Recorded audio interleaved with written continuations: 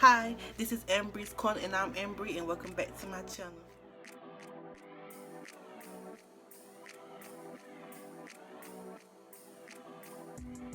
If you're a new viewer, watcher, subscriber, welcome. If you're a returning viewer, watcher, subscriber, welcome back.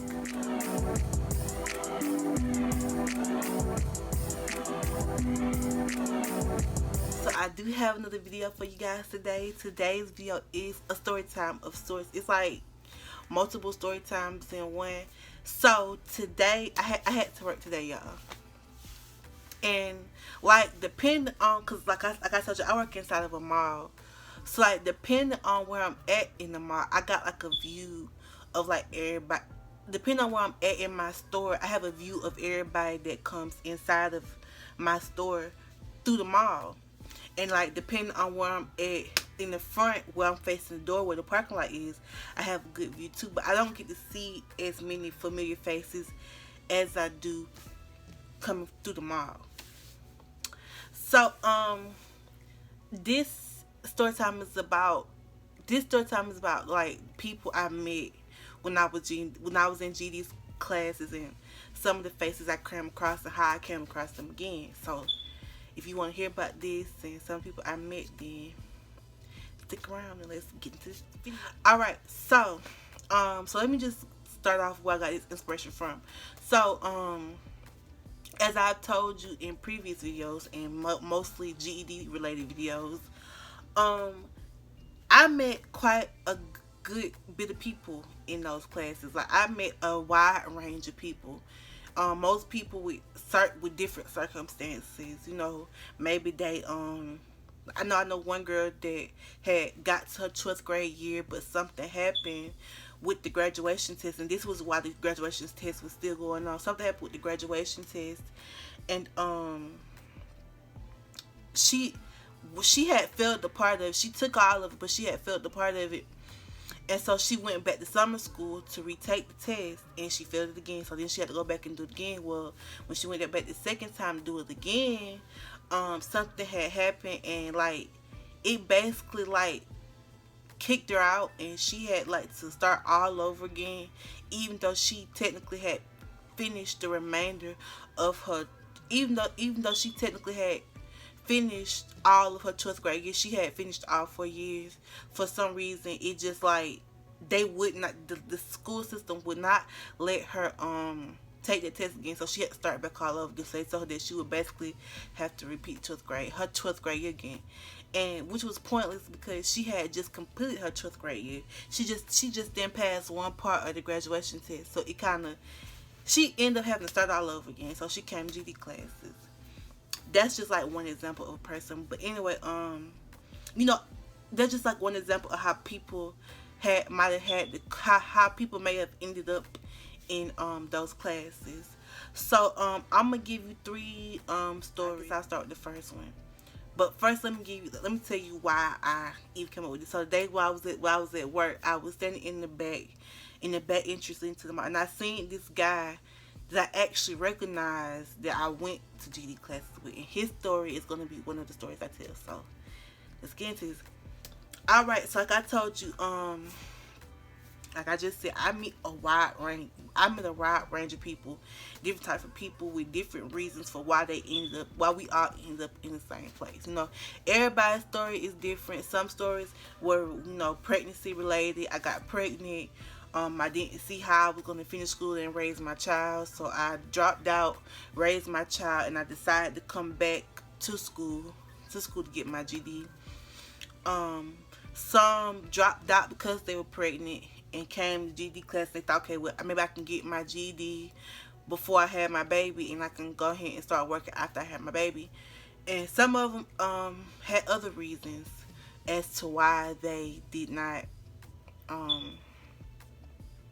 get their GD, or maybe it was related to, you know, they got in trouble, so they got kicked out, or they got in trouble legally, so they had to pull themselves out and go to GD. You know, it was just all different types of reasons. So I'm gonna just start from like when I first came in with the group I came in with. So when I told you a little bit about when I first stepped into like my GD classes. like how I felt and stuff like that. But I didn't like go into details about some of the people I had met. So I think I was like among like, I don't know, a couple people, maybe. Like they always bring in groups of people. They never just brought in like maybe one or two people. It was always the group, and they always started at the beginning of a semester. So the way our semester didn't work like a regular school system worked. Um, we we would finish after every so many weeks. Like I think in the school system, it's like every 9 weeks the semester will start back over, and it would be a new semester. And you had 4 semesters in a week. I mean, in a year. And by the end of the semester, that was considered the last semester, and that was the end of the year semester. With GD classes, um, it was like a 4 week process, and basically, we did like school systems. We did get a break. We did like get like a little like maybe like a 2 week, maybe a week break, a week long break, and we didn't have to return to like the following week after the day that a week from the day that we got released. So I think it was like every 4 weeks. That's how it worked for us. And like we didn't get a summer vacation, y'all. Like we was in school during the summer in GD classes, which was like if like you were like a high school student transitioning into a GD student, that was kind of hard. But the lucky thing for me was I actually started the summer. I dropped out like right before the summer break, so I really didn't start until like, because the next semester it was due to start over the next semester, which would have fall, which would have felt like the spring semester, and that's when I started. And I started in like August. Yeah, like I went to school. I started school the exact day my cousins started. Like my cousins were still in high school. I had dropped out. I started like the exact same day she started.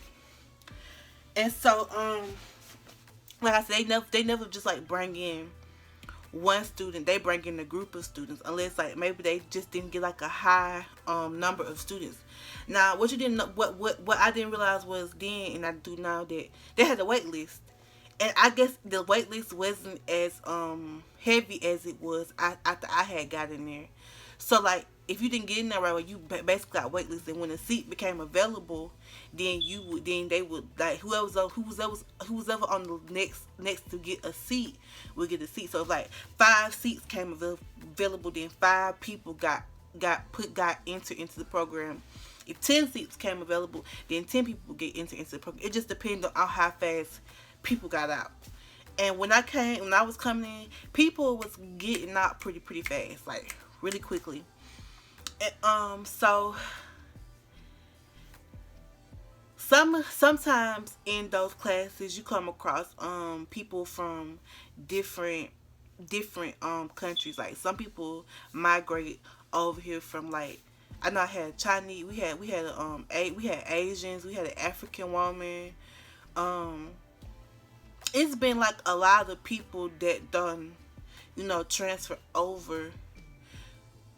Like they would come over from like a state, and then like maybe they get here and they needed like, and like these wasn't like people that like regular schmegular people. Like these people had actually achieved good things where they was. I know I know my teacher told us that they had a doctor come through one time, and she was from, and because he was from another country, his license actually wasn't valid in the state, so he basically had to start the process all over again, like going back to school, because he had to go back to school. I mean, he had to get his GED here, and then he had to go back and apply for medical school, and then take the test again to become a doctor. So like it was like a very like new thing for like those students to come over, and they would have to start back up. And we also had like another class right beside us that actually they started English, like they started training for English, because the GED test in the States is an English based test.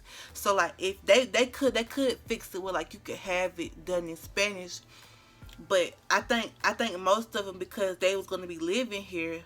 Like I know a lot of them had came in like when they built like a big plant here, and a lot of Koreans came over from Korea when this plant got built here.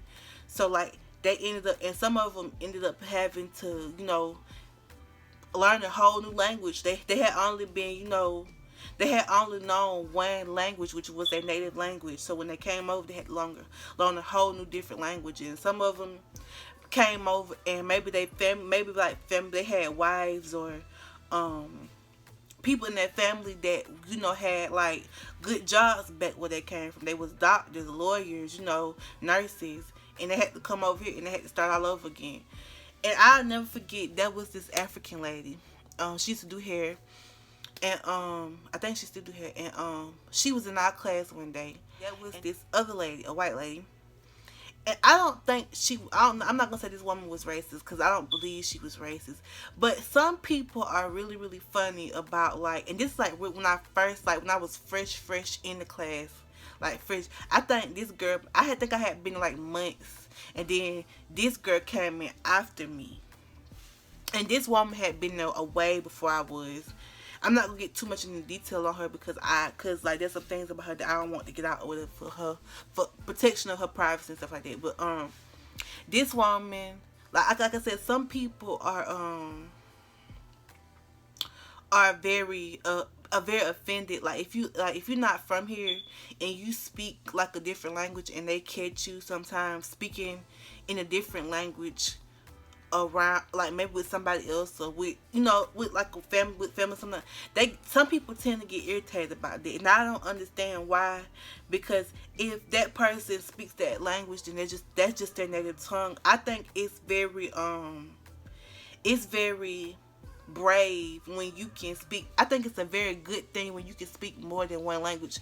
It is actually considered a sign of intelligence here if you're able to speak more than one language. Sometimes it gets you better jobs because you're able to. Like, it makes you more qualified for more jobs. I think if you become a nurse, you actually have to know another language to become a nurse. And I mean, I guess that would be anywhere, but you have to know more than one language to become a nurse. And I think the required language is Spanish. So she was on the like I told you, we had like 15-minute breaks. Like we would have like 2 hours, we would have like an hour and a half class, and then we would go on a break, a 15-minute break in between, and then we'd have our next hour and a half in our next class. And so we was on break, and you had the option to go to the break room, or you had the option to go to the or to stay in the classroom. I know when I first started, I stayed in the classroom a lot. And I did it because I like the quietness of the classroom. Like at that point, I really didn't have many people I like to talk to, and I just used to chill in the classroom. And sometimes if I had like a friend or somebody in there that I would talk to, they would usually chill in the classroom with me. That's just how we were. And so I know at this point, so if I did want like a snack or something, I would run to the break room real quick, grab a snack, and then come back to the classroom and eat my snack. And the teachers didn't mind. They just asked that you clean up after yourself and you didn't make a mess. And that was understandable. And we did that. At least we tried. Anyway, so this one day we was on break, and I know that lady had stayed in, and the African lady had stayed in class. They didn't feel like going out. I know the white lady, she was working on something that we had on some work we had just got in class, and right before we went to break. And the other girl, she was on the phone talking to somebody, and she was talking in her native tongue. Now, if you don't know much about Africa, depending on what part of Africa you're from, they speak French. That is the native tongue in Africa. They speak French. So she was speaking French, and I think it's called something else over there. They don't call it French, but they speak French. Africans speak French, if you don't know. And so she was speaking in her native tongue, and so she was on the phone. She was talking, and they talk pretty loud. That's just. But I think that's anybody. Everybody talks loud on the phone. It's just something you can't help. And she was talking pretty loud. I guess the lady had got irritated, not only because she was talking loud, but because she had got irritated because the woman was speaking in another language, I think, really. So this woman drops what she's doing, and she turns around. She said, "You're in America. She said, "You're in America. You need to know. You need to speak English. We speak English here, not that." And the girl was kind of taken aback about it. She was like, "Excuse me?" She was like, You're in America. You need to speak English. And she stormed out the classroom. Girl, it was like, yeah, it was like a whole argument back and back and back and back and forth. I don't remember what happened. I think the teachers came in, and I think they had a word with that woman. And it was, and I think they basically told her like, you can't say that here, you know. That's sort of racist, and it was racist. I don't think the woman meant to be racist because she was a nice lady, but I just think she had got irritated because she was trying to work on this math, because we were working on math, y'all. And if y'all know nothing else about math, especially upper level math, it is so hard. Like, and if you don't understand anything, could tick you off. Like, you'll take it out on somebody without trying to, because you're just irritated. Ella, she was like taking it back because she was just sitting there minding her own business, talking on the phone, and this woman storms up out of nowhere telling her that she can't speak her native tongue in this classroom, and that she in America now, and that she needs to know how to speak English. And that was like the first time, like, I know people do that, but that was like the first time I had ever heard somebody say that out loud. Like, I was almost like, really, sis? Like, are you really gonna yell this in this room full of colored people in here? Like, you gonna tell her that in front of me and the rest of these folks around here? I was shocked when she said it. Because, like, I was looking at her like, is you going to do something? I mean, like, I know you're going to let her talk to that. But I could understand because this woman had, like, I think she had maybe, like, 1 or 2 tests to go. And, like, the thing that was really holding her back was math. And it was, like, really, really holding her back. And, like, I understood why she was getting frustrated, but I really don't think there was no reason to take it out on this poor woman. Like, I don't know what happened after that. I know after that I saw that woman actually finished and she graduated, and the teacher told us about her, and I'm not gonna get into that. But the other lady actually finished. I don't know about her, but I think either she stops coming or she actually finishes. I'm not sure though. I know she was starting to have trouble because of the language barrier. She was starting to have difficulties, so I don't know what happened with her, and I hope she succeeded in it, because she was really a nice lady. I actually liked her a lot. Both ladies I actually liked a lot. Okay, so let me get into another one. Now let's get into this guy. Alright, so like I just said, he came in with a group of people, and let me say something. The group of people are always different. So sometimes it would be more older people than younger people, and sometimes it would be a boatload of young people. And like, I think at this time, like, high schoolers was dropping out like flies. Like, they was dropping. I know I had a guy I actually went to school with. He came in, and he was in and out within a couple of days, because he was smart. I knew he was smart even when he was in school. He was like that. He was smart as a whip, y'all, a whip. I mean, this boy used to make straight A's. Well, when he came in, I actually heard a little bit of why he actually ended up dropping out. Basically, he came out to his parents, and when his parents wasn't approving of it, so they kicked him out for it. And so he basically had to drop out of school, hurry up, get a job, and get himself set up so that he wouldn't need anybody. And so when he did that, he said, well, I had to drop out of school because I couldn't work and go to school. So this was my only ulterior motive. This was the only other option I had. And so like when I told you, when you enter the GD classes, you have to test. They test you just to see where you're at. Because if you reading on a college level, you can just go ahead and take the test, bro. Like, ain't no sense like they might bring you in to take a practice test real quick, and then you out to go take the test. Like, if you read on the college level, if you do math on the college level, there's no sense of you staying in that class and doing like a whole year or a semester there, and then like only to go take a practice test and get out of there in like a week. Like, it doesn't make sense. So depending on what your scores were, like, some things just wasn't necessary. And I already knew he was smart as a whip. Like, he didn't need to stay there. So when he came in, the teacher said, wow, you had the highest test scores I've ever seen in a while. She said, ain't no sense of you really staying. So she said, this is what I'm doing. I'm going to practice test you in just about everything today. And then in the next couple of days, I'm gonna get you up so you can go take the real test and get up out of here. Cause ain't no sense of you sitting in these classes. Like, it's pointless for you to sit in these classes, cause you basically smart as a whip. Like, you are smart, and I knew he was smart. And so like he came in for a couple days and he was out. Like, he was gone. Like, within a couple days he was out. I mean, couple weeks he was out. Like, it took no time. I think he took like 2 tests at a time and was done. Like, And that's just how it was sometimes. Sometimes they didn't even make it through classes. Like, they was done. And then sometimes they tried to move too quick and they didn't finish and it didn't turn out how they wanted to make quick. And that's another story for another day. I get into it. I might make this like a part 2.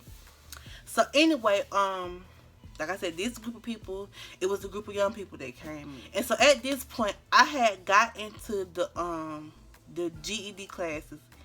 And I took a TAE test and I felt it so bad that I had dropped back down to pre-GED. And so they put me back in pre-GED classes. And so I actually ended up in this class with a bunch of young people. Maybe like a couple, it was like a sprinkle of elderly people. And I always tend to gravitate towards older people. I don't know why, it's just my nature. I think it's because I have an old soul. And I relate better to older people than I have ever did people my own age. I really didn't start relating to younger people until I was older. Like right now at work, I'm always surrounded by young people. Like, that's just what it is. But I actually like hanging out with the older people. No offense to the young ones that I do talk to. I love y'all, but I like the older people that I talk to. I love to talk to other people because they're funny and they can always just teach you something that you don't know, which is why I stuck around my grandma for so long. So a group of young people came in, and so there was like 2 people that stood out to me. This dude and a girl. Now the girl was white, and you could tell that sis, you know, she was down for this world. You know, she liked the black guys, and there's nothing wrong with that. I don't disapprove of that. There's nothing wrong with it. If you like what you like, okay, sis, that's your business. I don't care. You know, some of these white guys out here, like, you know, they be Liam Hemsworth, girl, woo, him and his brother, I think he's in the water up there or something, but god damn, all of them look good as hell. I'm just saying, like, Thor, give me a call, baby. I'm just saying. Anyway, but yes, all of them look good, so, you know, I don't discriminate. You talk to a black brother, I'll talk to a white brother. It don't matter. Now, sis was down with the swear, okay, and that's just her business, okay? I don't care. Now, there was a brother in her. And he was chocolate like me. But you know the kind of guy. You know guys. Some guys, when they know how they look, they cocky. And there's nothing wrong with that. I don't judge them for being like that. But sometimes it's a such thing as being too cocky. And I know a couple cocky brothers. And we can get into that in another video. But I know some cocky brothers. And they are cocky beyond belief. And I can tell you about one day. They're cocky beyond belief. And he was one of those. He was cocky. And he knew how he affected females, and he knew how he looked it. And there's nothing wrong with a confident brother. But sometimes I think there's a difference between confident and you just being cocky as hell. Like, that's when it's like, like you fine, but then like you open your mouth and I'm like, I don't know. Like, don't do that. That's not cute, guys. Like, if you fine, let your fineness do the talking, baby. You ain't got to do all that. When you talk too much, girls get turned off. Like, you think that's a turn on, but we get turned off. Anyway, he was cute, and he still is cute. So they kind of draw together. I think they actually went together. I'm not sure, but I think they actually went together.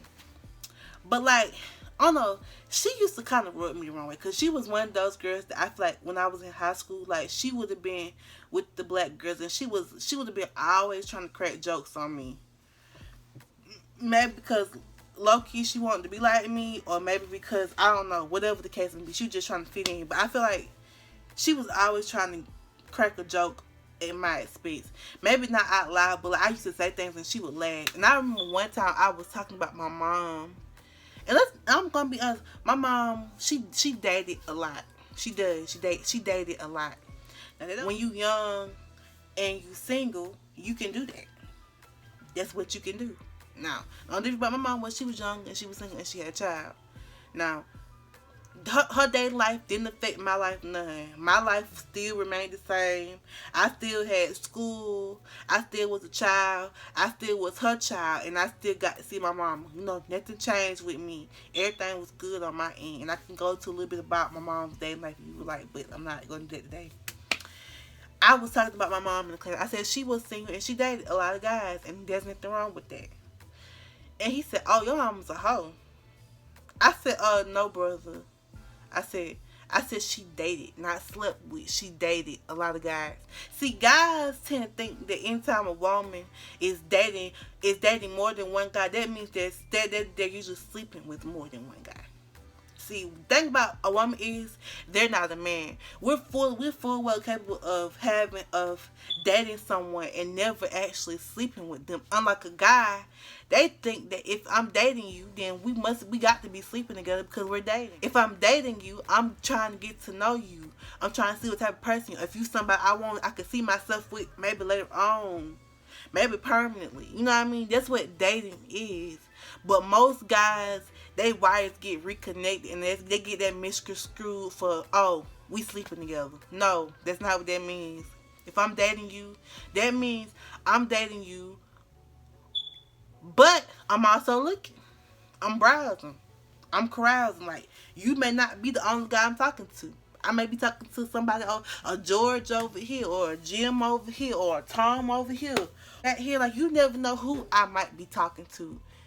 But I'm dating you. I'm dating, period. Just not you, period. And so when he said that, I kind of looked at him. I like, you must be one of them type of guys that got a whole bunch of girlfriends and you sleeping with all of them, ain't you? That's how I thought about him automatically. I said, you must be one of those. You think anytime you dating somebody, that means that you sleeping with all of them. And you might be that person. You might be the dummy to do that. And that's how dummies catch STDs, okay? That's how you catch an STD. When you sleeping with any and everybody. Because you dating that person. You think, oh, that validates you. We can sleep together. No, my friend, that does not mean you can sleep with that person. That means you can take time out to get to know that person. To build a relationship together. To start dating each other exclusively. And then, when you're exclusive, then you can have sex. Not before, not after, not in the middle. It's a process to this. And that's what guys need to understand. It's a process to this thing. Okay? Women play the game right. Men got the game fucked up. And that's how men end up in a situation with multiple baby mamas, multiple babies. They don't know what to do with it. They can't figure that shit out. They can't do it. That's how y'all end up in these situations. So I really think guys need to reevaluate what it is that they need to do. But this brother, he rubbed me the wrong way for all the wrong reasons. And I really didn't like him. This video is getting way too long, y'all. It's almost 40 minutes. I don't know how this is gonna work. I might have to cut this video in half and like do one half of it now and the other half later. But yeah, like he rubbed me the wrong entire way. And I like really want to tell him something about himself. And like every time I see him, I literally roll my eyes at him. I'm like, so I know you know who I am. I know you know. I know you know. I remember what you said about my mom. You can tell any relationship he done been in, he leave with something, a child. Most women can leave a relationship without having a child. Most men are actually capable of that too, but you can never do that. But I'm just gonna leave it there. I hope you liked and enjoyed this video. Like I always say, tell me what you think, like, and want to hear, and I will do my very, very best to make it happen for you. And I'll see you next one. Bye.